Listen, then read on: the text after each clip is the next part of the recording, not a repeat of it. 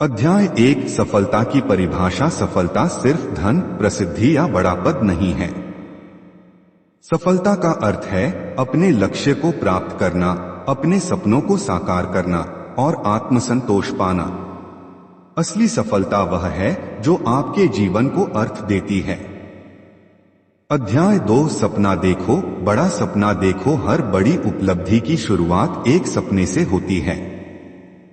अब्दुल कलाम जी ने कहा था, सपने वो नहीं जो नींद में आए, सपने वो हैं जो आपको सोने न दें। अपने सपनों को अपने लक्ष्य बना लो। अध्याय 3 लक्ष्य निर्धारण। अगर नाविक को यह ही न पता हो कि उसे जाना कहाँ है, तो हवा भी उसका साथ नहीं दे सकती। इसी तरह अगर जीवन में लक्ष्य तय नहीं है, तो मेहनत भी दिशा खो देती है। स्पष्ट लक्ष्य बनाएं, उसे लिखें और उस पर ध्यान केंद्रित करें। अध्याय 4 मेहनत का कोई विकल्प नहीं। मेहनत ही वह सीढ़ी है जो सफलता तक पहुंचाती है। चाहे कितनी भी प्रतिभा हो, अगर मेहनत नहीं है तो मंजिल नहीं मिलेगी। हर दिन थोड़ा थोड़ा करके आगे बढ़ो। निरंतरता से बड़ा परिवर्तन आता है। अध्याय 5 आत्मविश्वास। खुद पर भरोसा। अगर आप खुद पर विश्वास नहीं करते तो दुनिया भी नहीं करेगी। आत्मविश्वास ही वह शक्ति है जो मुश्किल समय में भी हिम्मत देती है। मैं कर सकता हूं, यह सोच ही सफलता की ओर पहला कदम है।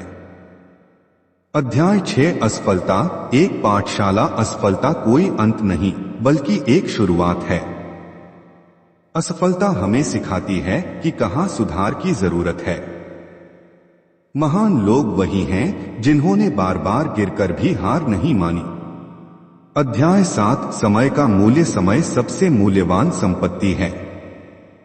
जो समय का सदुपयोग करता है वही आगे बढ़ता है।